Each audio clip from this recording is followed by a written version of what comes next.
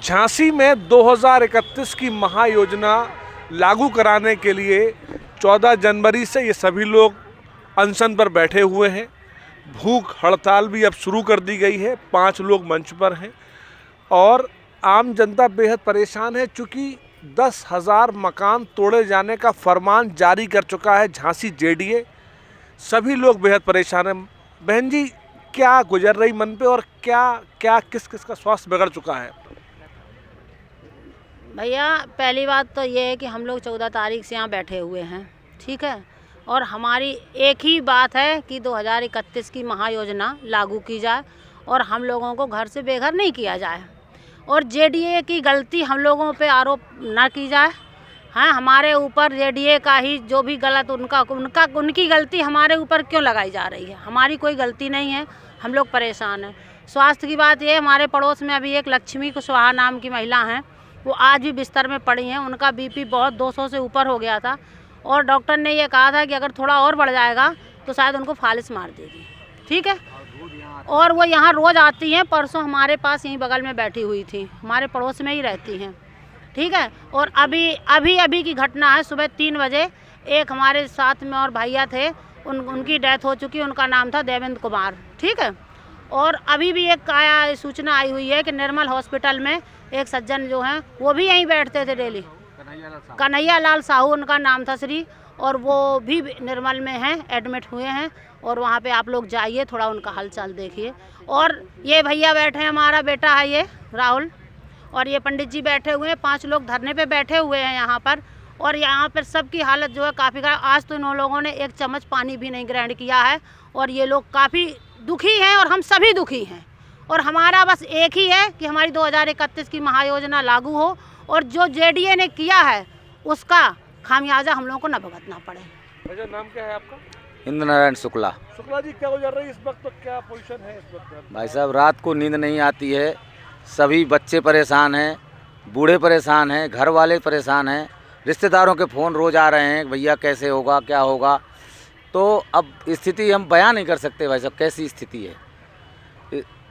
Madam, क्या observe किया आपने? बीते 4-5 दिनों से आप लगातार यहाँ पहुँच रही हैं, कहाँ तक बात पहुँची? कौन कौन से नेता आए थे? क्या पोजीशन है अब? मुझे तो ऐसी उम्मीद झांसी प्रशासन से और जेडीए से बिल्कुल नहीं थी। जो भी प्रतिनिधि आते हैं सिर्फ मौखिक बात करते हैं, कोई ठोस आश्वासन हमको नहीं दे रहे हैं। वो कोई ठोस आश्वासन नहीं दे रहे हैं। हम लोग यहाँ करीब आज 14-15 दिन हो गए हैं और 2 दिन से तो हमारे टीम के 5 सदस्य लोग भूख हड़ताल पर बैठे हैं। कोई प्रशासन का व्यक्ति नहीं आया, कोई सत्ताधारी दल का नेता नहीं आया हमको आश्वासन देने के लिए, हमको आश्वस्त करने के लिए कि हमको 10 दिन या 15 दिन दे दिए जाएं उनको और हमारी कार्य ये आवासीय इसको घोषित कर दिया जाए। कोई नहीं आ रहा, सब मूक दर्शक बने बैठे हुए हैं। पहले 5,000 का था, अब 10,000 हो गए, अब और भी आ गए। इस उस सिलसिले में जो हमारे यहाँ महिलाएं आ रही हैं, जो बुजुर्ग आ रहे हैं और जो जिनकी ज़िंदगी भर की कमाई गांव से जो आए हैं, अपना खेत खलियान बेच के आए हैं, बच्चों को पढ़ाने के लिए आए हैं, गरीब आदमी हैं, अपना घर गुजारा करने के लिए आए हैं, शहर में तरक्की करने आए हैं, बच्चों को पढ़ाने के लिए आए हैं। उनमें से एक महिला जो थी वो बराबर हमारे यहाँ आ रही। इतना उनके ऊपर सदमा हुआ कि वो 2 दिन से बिस्तर पे नहीं उठ पा रही। एक हमारे साथी हैं, वो आज सुबह 3:30 बजे उनका डेथ हो गया है जेडीए के इस प्रताड़ना से। जेडीए किसकी जान लेगा, किसकी जान लेगा? एक बार जेडीए हमें बता दे। 11 जाने लेना है, 51 जाने लेना है, 101 जाने लेना है, एक साथ ही हम लोग दिए दे रहे हैं। कब तक यहाँ सर्दी में बैठे रहेंगे?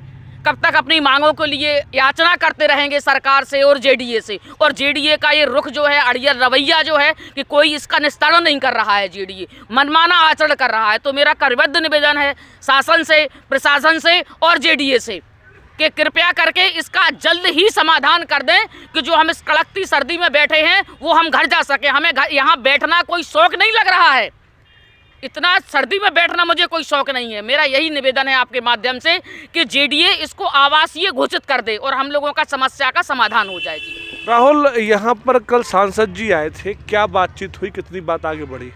देखिए, सांसद जी ने कहा है चूँकि एनजीटी का मामला है, हम एनजीटी में आपकी लड़ाई लड़ेंगे, लेकिन जो हमारी मेन समस्या है 2031 की महायोजना को लागू कराना इस संबंध में उन्होंने कहा कि देखिए लोकसभा का विषय नहीं है, राज्यसभा का विषय है।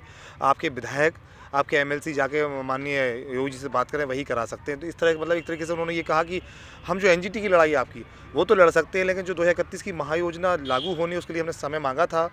माननीय योगी जी से अभी हमें समय मिला नहीं है। जैसे ही कोई बात होगी, कुल मिलाकर कोई ठोस बात किसी भी सत्ता के पक्ष के लोगों ने ये नहीं कहा कि मैं आपको वादा करता हूँ कि आपको कुछ नहीं होगा, आप घर चले। आप देख रहे हैं कितनी सर्दी पड़ रही है, लोग लगातार मौतों पे मौतें हो रही हैं। हम भी वहाँ पर लोगों से निवेदन करते हैं कि आप शाम के टाइम नहीं रुकिए, लेकिन उनका घर है, उनका मकान है, वो इस चीज़ को नहीं मानते हैं, वो बेचारे आ जाते हैं। चूँकि मकान बहुत ही मजबूरी से लोगों ने पूरी 60 साल तक नौकरी करते, उसके फंड का जो पैसा मिला उससे मकान बनाया। आज के दिन कितना दुर्भाग्य का विषय है, 26 जनवरी के दिन दो लोग हमारे यहाँ इस कंडीशन में है, तो मैं इससे ज़्यादा कुछ कहने की कंडीशन में हूँ नहीं आज।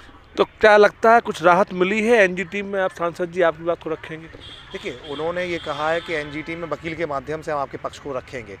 जब तक हमारा कोई पक्ष वहाँ पर रख नहीं जाता है, तब तक तो हम लोग यहाँ से नहीं जाने वाले हैं, क्योंकि तमाम वादे, तमाम चीज़ें कई सालों से आप अपने चैनल के माध्यम से उठाते चले आ रहे हैं। तमाम लोगों ने वादे किए, इससे पहले भी वादे किए हैं, लेकिन कोई ठोस सॉल्यूशन एनजीटी में नहीं है। एनजीटी में वाद दायर हुआ है, वो झांसी विकास प्राधिकरण गलती के कारण स्टार्ट हुआ। अगर स्टार्टिंग फेज़ में ये सच अगर एनजीटी को बता देते तो शायद आई समस्या इतनी जटिल नहीं होती। अब वो कैसे करेंगे, क्या करेंगे, हम लोग इस बात को नहीं समझते हैं। लेकिन 2031 की महायोजना जो 2022 से लगातार प्रमुख सचिव उसको बार बार कोई ना कोई आपत्ति लगा के वापस कर देते हैं।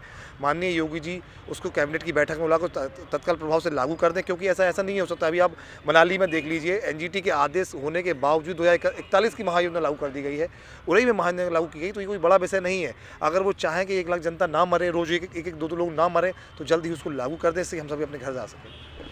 चलिए, एक थोड़ी राहत की बात तो ये है कि सांसद महोदय ने इसका संज्ञान लिया है और एनजीटी में बात रखने का बात भी कही है, लेकिन 2031 लागू होने तक ये लोग काफ़ी परेशान हैं।